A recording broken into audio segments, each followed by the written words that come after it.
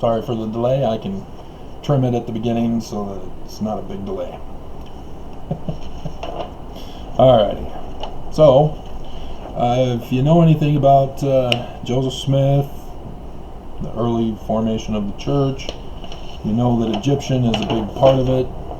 And one of the scandals is that nobody knows how Joseph Smith rendered his Book of Abraham, which was not completed. Here it is. There we go. Yes, I've got it. I bought the book that contained the centerfold. And what's interesting is that this papyrus that we received in the Metropolitan Museum in New York is incomplete. There's more to the papyrus than what was given back. And if you're familiar, Joseph also had a second papyrus scroll that he named the Book of Joseph. So there's that. Isn't that great and special?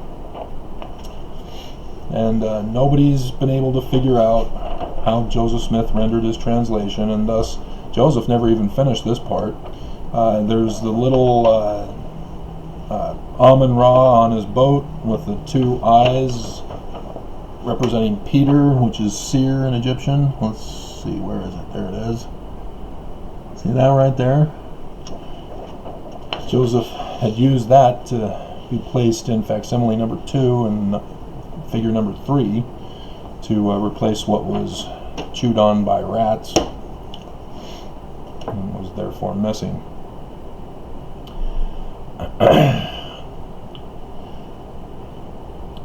And it's interesting that ex-Mormons who will be watching this video are going, "Travis, no, you betrayed us. You said you were an LDS critic and that you're against the church, and oh, you're saying Joseph Smith is a translator? Oh man, how could you do that? You betrayed us. Thumbs down." And Mormons, you think, well, obviously he's helping Mormons now. No, I'm not, because Mormons are like, "Travis, what are you doing? You're exposing Joseph. You're exposing the church. You're going against the church. The church said Joseph is not a translator. What are you doing? You don't have the key of translation. You can't translate, Travis. What you're doing is fake. You're hurting the church." Thumbs down. So I lose with all my audience.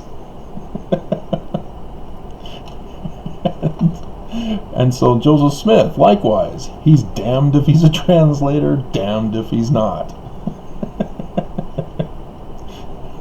This is the trap that the church has set up for Joseph, because nobody knows how he did it. And so here I am, damned by the church, because I'm the one who deciphered Egyptian petroglyphs. And that came as a result of translating Paleo-Hebrew. Paleo-Hebrew was the key. And it was actually Ra, the Egyptian sun god, in Paleo-Hebrew, that was the key to unlocking the decipherment of Paleo-Hebrew. And finding out that William Foxwell Albright was just way off his rocker. What was he thinking of? Wrong, wrong, wrong. But everybody's pushing it and perpetuating the theory as they go deeper down the dark path of wrong with all of their extended speculations that they call theories. You have to have the right theory in the first place, otherwise whatever you come up with afterwards is just wrong. So I'm going to just briefly cover, because I could do individual ones, and I have published them and I've done videos on them, but I'll just go over that Joseph Smith new translation, but that he had access to a fuller scroll than what we have available today. And the reason why I know this is because he puts things in the book of Abraham, in the text, that clearly indicates he was in possession of it. And I've gone over, I'll put them in the front of the video rather than stopping the video, putting in the picture, because I still haven't gotten around to the new program to figure it out and see how it works. But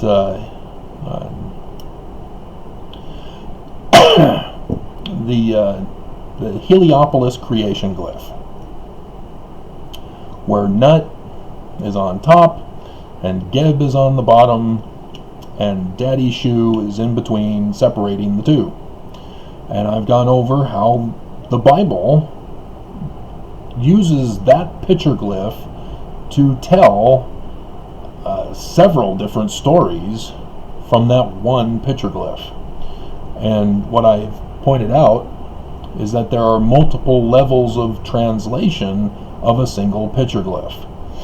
And so, though a text in papyra in Egyptian can be talking about one subject matter, as Egyptologists know how to translate the text, thanks to Jean Champollion with his decipherment from the Rosetta Stone. So that's the learning of the Greeks and the language of the Egyptians. Sound familiar? Yeah. Father Lehi. Nephi, it was taught by him, and so he translates in the learning of the Jews and the language of the Egyptians. That's Paleo-Hebrew, not Babylonian Hebrew. There's a big difference. And that's where William Foxwell Albright goes wrong.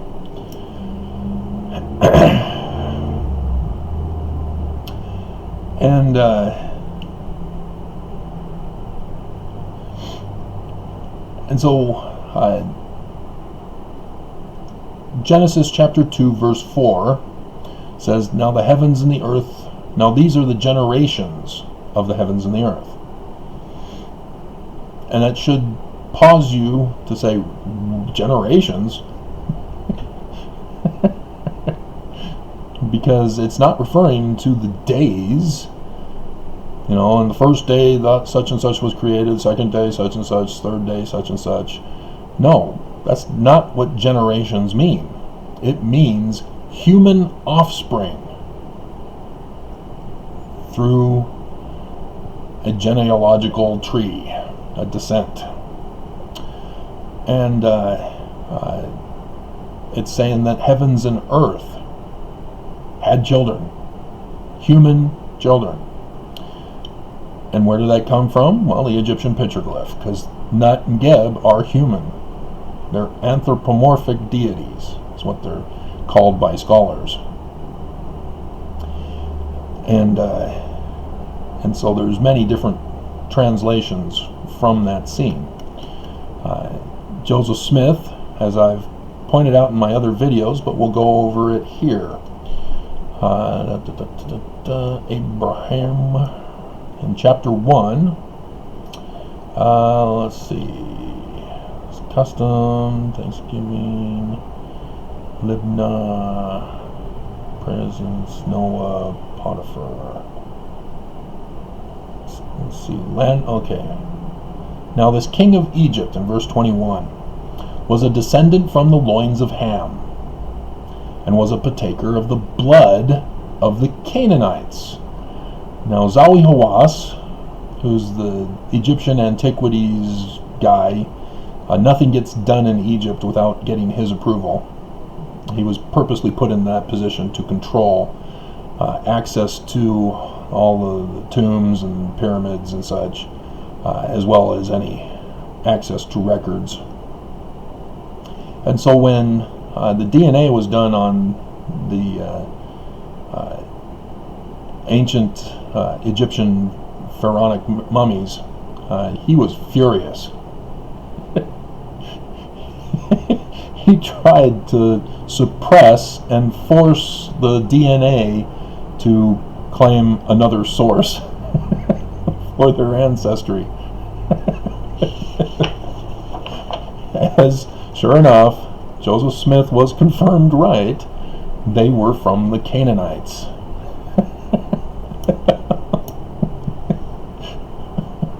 He wanted them to be from like Ethiopia or some other place in Africa. But DNA don't lie. You can't argue DNA. But he tried. And tried to suppress it. And these people who were doing the DNA, they're not Mormon. Yeah, they showed they were from Canaan. There is a Mormon DNA group who I met one of the guys in Elko at my book signing that I did way back in 2017. He was not a part of that. He said that he was a part of finding out that the Aten priests are his ancestors, that he's a priest of Aten through descent. So, okay, good for you. But show how others of us tie in as well. Then I'll be impressed. And so he was kind of curious about the ancient language books that I brought, which were side stuff, because it was for genealogy. And as much as that was my focus at that time, and I was just starting to get into some new stuff because of the total solar eclipse that I knew was now coming. And I knew that was the end of the world. So I had to quickly finish those stuff and work on other stuff. But yeah, it caught his attention because he understood that linguistics confirming the DNA, or, well, DNA confirming the linguistics, that works hand in hand. Yeah, there's one thing. And the only way, well, not the only way, because the Bible has a confusing part about Ham, after the flood, going into the tent of Noah, who was drunk, and sees that his father is naked, and then Ham goes and tells his brothers, and then his brothers go backwards with a blanket and cover up Noah. And then Noah, when he's the next day after the hangover, knows what Ham did, but punishes Canaan.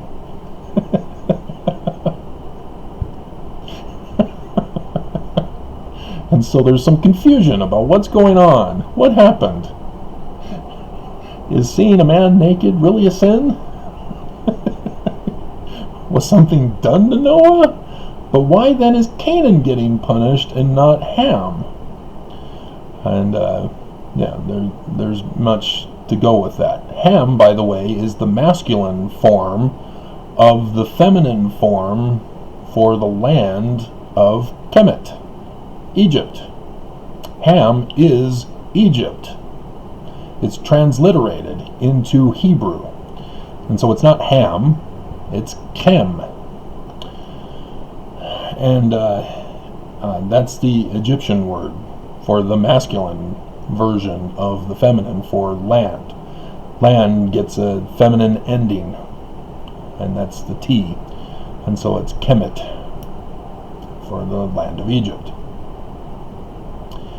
Just like there was, and I don't know if it's still in existence, there used to be a Kemet magazine all about Egypt and the archaeological digs and discoveries from Egypt, which I had been subscribed to at one point in time, or at least I went to Barnes & Noble each time to get the newest arrival. And so then we have, from this descent sprang all the Egyptians, and thus the blood of the Canaanites was preserved in the land. Well, okay, Well, this requires a marriage structure in order to keep the blood of the Canaanites in Egypt. Now, this is something that Joseph would have to know in order to put this in here. And no, Mormons, it's not revelation from God. He saw this on the text in petroglyphs. And so what's going on here? How is the blood of the Canaanites preserved in the land in marriage? And so, knowing that Canaan is the son of Ham, and Ham is the masculine form of Egypt, the feminine form also would be Kemet, just like the land, because the feminine singular is the T, and so Ham's wife would be named Egypt, Kemet. So here we have, in 23, the land of Egypt being first discovered by a woman, who was the daughter of Ham, and the daughter of Egyptus. This is the Latin version, not the Greek. But Egyptologists complain,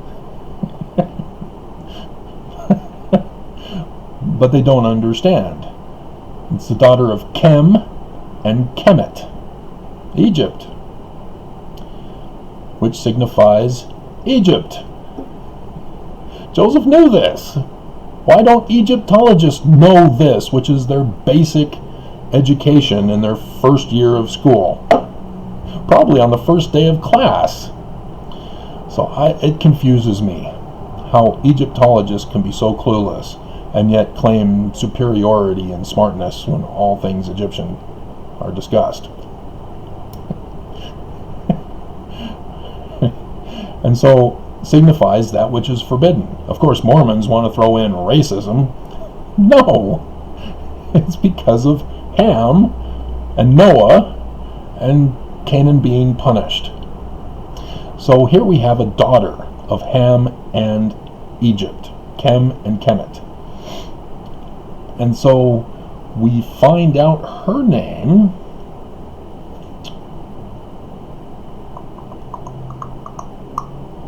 Let's see, the first government. Yeah, from 25. Now the first government of Egypt was established by Pharaoh, the eldest son of Egyptus, Kemet, the daughter of Ham. Who's Ham's wife? Kemet, Egyptus. The daughter is also named Egypt.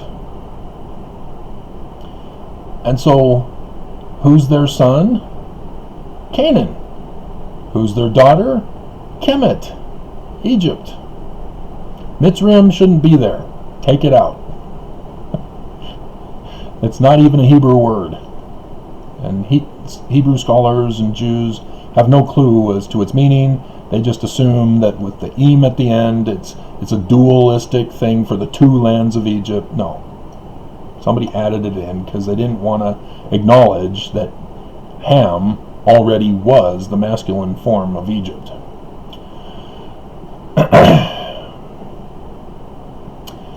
And so there's the genealogy that Joseph Smith gives us and explains the confusion about what happened, because he's referring to the Egyptian petroglyph of the Heliopolis creation glyph.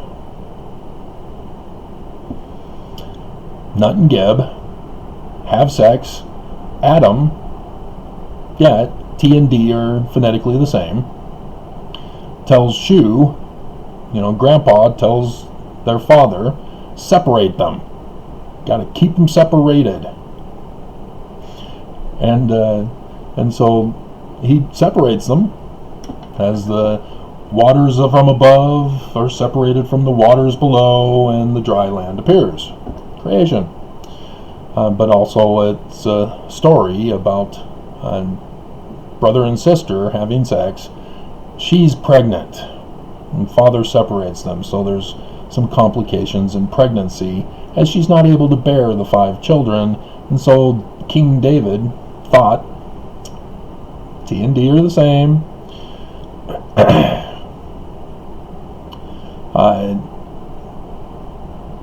adds 5 more days to the calendar for the civil calendar of the Egyptians. And thus, on those extra 5 days, her children are able to be born. And thus the generations of heaven and earth begin. Except that one of the son, the oldest birthright blessing son, is murdered by the brother. I wonder if that's found in the Bible. Yes, Cain and Abel. And so that's one that we know was in the papyri that we don't have access to, was the Egyptian Heliopolis creation glyph.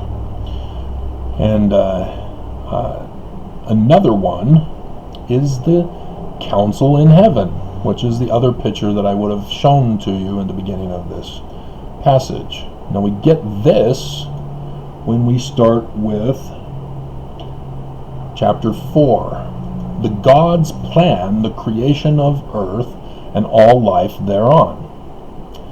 And the Lord said, let us go down. And they went down at the beginning, and they, that is the gods, organized and formed the heavens and the earth. And the earth, after it was formed, was empty and desolate, and because they had not formed anything in the earth in darkness, the Ogdod creation glyph. And they, the gods, said, let there be light, and there was light. And so we see a council in heaven.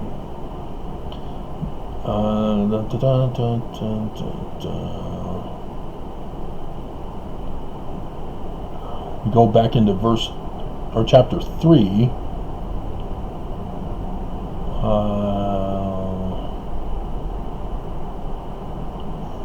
Now the Lord had shown unto me, Abraham, the intelligences that were organized before the world was, and among all these there were many of the noble and great ones. And God saw these souls that they were good, and he stood in the midst of them, and he said, these I will make my rulers, for he stood among those that were spirits.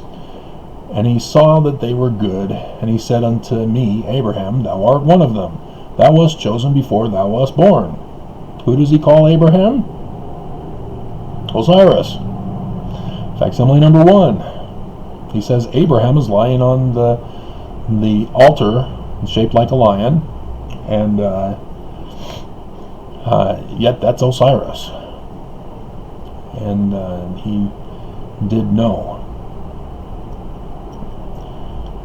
And let's see. I'll prove them. Whom shall I send? And one answered, like unto the Son of Man.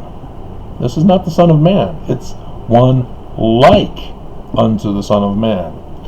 That would be Michael, because who is like God? Michael. My, who, k, like, El, God, who is like unto God. And there you see that it's Michael. And Adam is who Mormons know. Again, Joseph Smith makes this connection of Adam being Michael in the lectures and lectures on faith, which used to be the doctrine of the Doctrine and Covenants, but Brigham Young had taken it out, so that it's no longer the Doctrine and Covenants, it's just the Covenants. And he added a new covenant, replacing an old covenant. It's no longer monogamous marriage. It's now polygamy. That was Brigham Young. It's not Joseph Smith. I've done those videos. And so, yeah, you can see a lot of this. And also, this also comes from Revelation chapter 12, where Michael and his angels fight against the dragon, who is Lucifer, Satan, the devil. And so that's also referring to this. So one like unto the Son of Man is Adam. Son of Man is somebody else.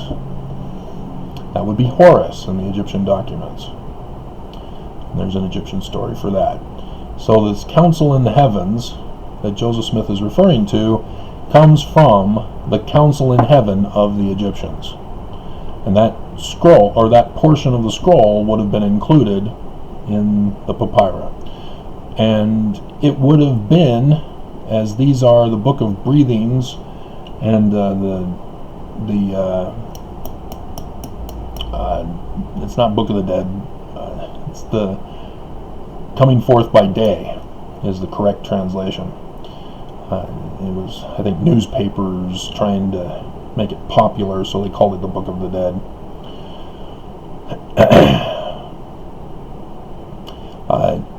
There's the afterlife for the Egyptians, and in the afterlife you see these council of gods portrayed in many of the petroglyphs in Egypt. But they also were a part of pre-mortality of Earth, as Queen Hatshepsut of the 18th dynasty, the David Moseses, Tawut, Phot, David, Moses, had her husband died too early because their son was too young to take over the throne and rule Egypt, and he was still trying to figure things out. And so what she did was went to the Amun priesthood, and I've gone over how Amun is Melchizedek in Paleo-Hebrew, and she told them that Amun, the god Amun, had come to her mother, the queen mother, and conceived her. And so that is supposed to help assure the Amun priesthood that she is of noble birth, godly birth, and can reign as pharaoh until the son is old enough.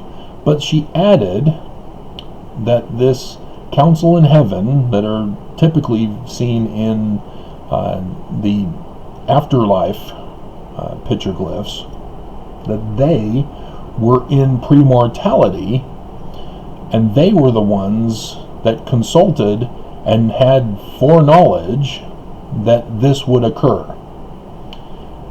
And they had planned in their council in heaven that Hatshepsut should become pharaoh, and that by becoming pharaoh she maintains the dynasty until their son, David Moses III, is old enough to take over. And the Amun priesthood was appeased and said, "Whew, we dodged a bullet on that one," because otherwise they'd have to find a new family to take over the dynasty of Egypt that may or may not be of the blood of the Canaanites. So that's why preserving the bloodline is so essential. And so again, Joseph is right on his knowledge of Egyptian, and you can argue all you want. Joseph knew Egyptian. There were petroglyphs of these two on the papyri that is missing because of what Joseph puts in what he does write as his translation of the facsimiles. He does not translate the text. Get over it, Mormons. Get over it, ex-Mormons and critics and whatever. He does not translate text. Never, ever, ever. He only translates the facsimiles. And thus he did not finish. Because guess where a female pharaoh is talked about?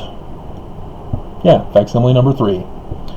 See, Abraham is Osiris, sitting on the throne as pharaoh, but yet pharaoh is Isis, which is actually Hathor, because of the type of crown she's wearing.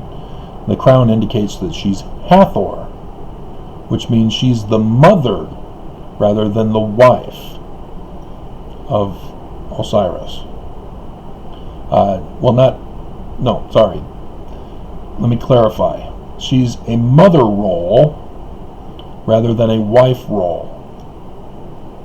Because who's presenting himself before the throne of Abraham, Osiris, but none other than Horus,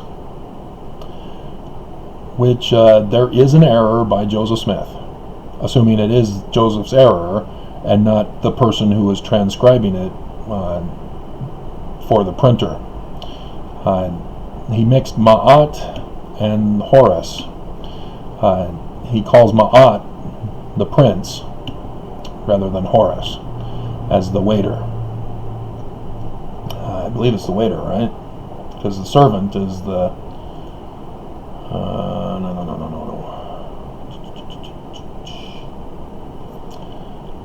no. Figure 4, Prince of Pharaoh. That's Ma'at. And then figure 5, Shulam, one of the king's principal waiters. Yeah, that's Ma'at. And that's not. Figure 4 is Ma'at. Figure 5 is the Prince of Pharaoh, which is Horus. That's the Son of Man, by the way. Horus is the Son of Man. And so, who's Abraham's son? Well, Ishmael, right? Again, you see that the Bible goes over sons who are supposed to be the birthright blessing son getting their birthright and blessing usurped by the other brother. And this is one of those. Isaac usurps Ishmael's birthright blessing son, or birthright blessing right.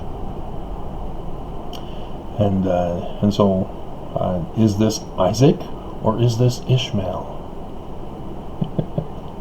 Well, he's the one becoming king, so it's Isaac, according to the Hebrew text. I'm sure if Muslims in the Islamic world understood this manner of translating Egyptian, they would definitely say, oh, no, it's Ishmael.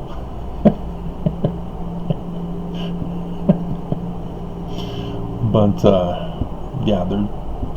there's multiple usurpations of birthright and blessing as time goes on, starting with Cain and Abel. And, there's a reason why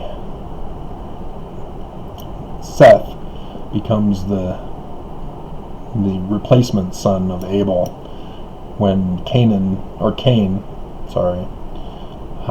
is banished rather than taking over the birthright blessing until Noah comes to restore the kingdom of Abel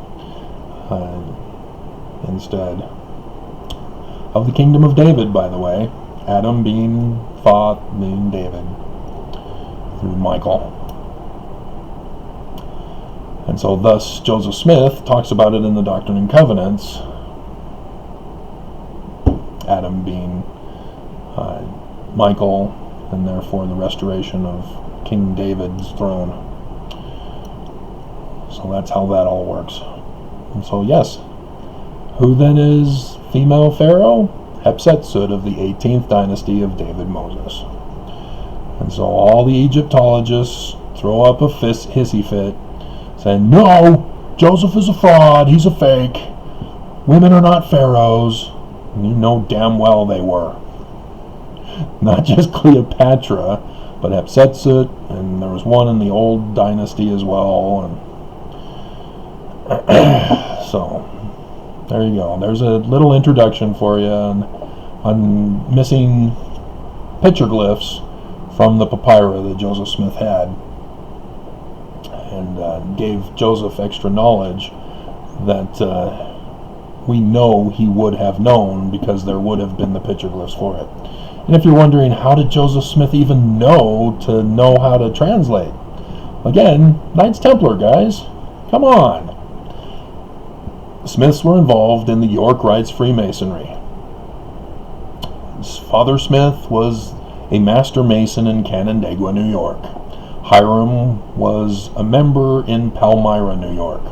So Joseph was out of luck. He couldn't go to one, because you can't go and be a member of the same organization as another family member. And so he could only attend the several meetings as often as he could. Yeah, it wasn't religious revivals. And because they were Congregationalist. And it didn't seem like there was any Congregationalist religions out in Western New York at the time. It hadn't spread that far yet. But Freemasonry was. And so Joseph was able to learn from his brother and dad especially about the York Rites, with the highest ranking being the Knights Templar.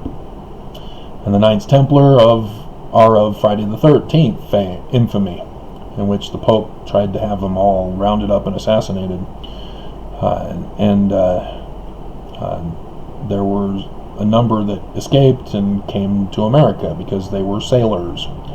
They had ships and they sailed to America in 1363, according to the Kensington Stone date, which they had purchased the land of America and had buried their Egyptian treasure plates in the caves in New York.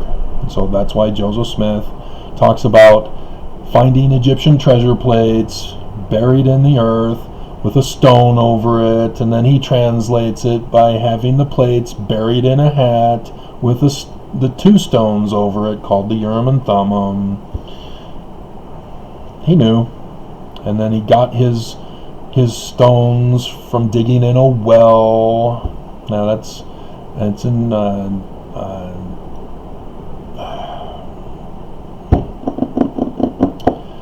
is it in the United States, or is that up in Canada? There was a well that was dug by